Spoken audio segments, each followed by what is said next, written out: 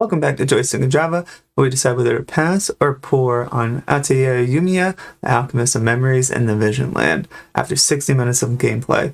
Grab your coffee, and let's dive in. Let's brew up some lore. Alchemy is exiled from the world, but Yumia is determined to use it for a greater cause. The demo hints at some deep world building on how society views alchemy. Why was alchemy banned? There's also slight conversations talking about how there was a major disaster with spells being uncontrollable by the alchemists. And then what kind of power did they actually hold at that point in time when they were around and it wasn't banned? But it's essentially a classic forbidden knowledge setup.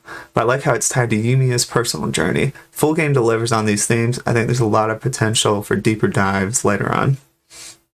Let's talk about combat. Fresh brew of action, so to speak. First thing that stood out literally at the beginning of the game was the combat. This isn't your usual turn-based combat. Instead, we get real-time action combat with a mix of melee, ranged attacks, dodging, and party swapping. Makes battles feel more fluid and engaging, especially when you can rotate between characters mid-fight. Pair that with an open-world structure where you can fight at your own pace. It allows you to fight monsters in any way that you see fit. So I personally really enjoy the combat throughout. So the alchemy system, crafting a perfect blend of your daily potion. Alchemy in this game is surprisingly deep. You don't generally just pick an item and craft, even though you can. You get to choose every ingredient possible, affecting the final result. It makes you feel like a true alchemist, witch or sorcerer, experimenting with different combinations. And the best part, you can craft on the go. Sure, the full range of alchemy isn't only available at your base, but even in the field, you can whip up potions and spells when you need them. It's not as fancy as at home, but it still gets the job done. So for base building your cozy, coffee shop, it was actually a feature I didn't expect. Even in the demo, you get a taste of customizing your own space, which adds a nice personal touch. Really allows more of that cozy element into the game. If they really lean into this customization and utility aspects, this could be one of those low-key features that keeps players engaged long-term. Think of it like perfecting your perfect coffee setup. Little tweaks make all the difference along the way and keep people around. So for the overall graphics and performance, was it a smooth pour? Visually, the game has classic charm with expressive characters and a vibrant art style.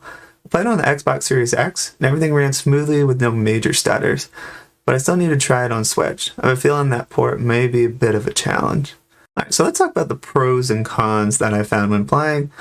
So, the pros. Action-based combat. Fresh change from the turn-based combat. I enjoy more of an action-based because I feel like there's a lot of turn-based that are similar on the market.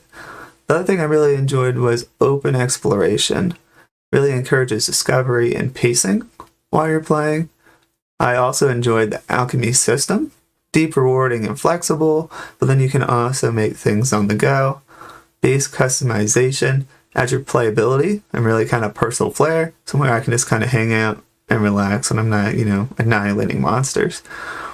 And then also I enjoyed the interesting world building. I've always enjoyed, potions, witches, wizards, all that jazz. So I like how it sets up the lore for later down the road. So cons.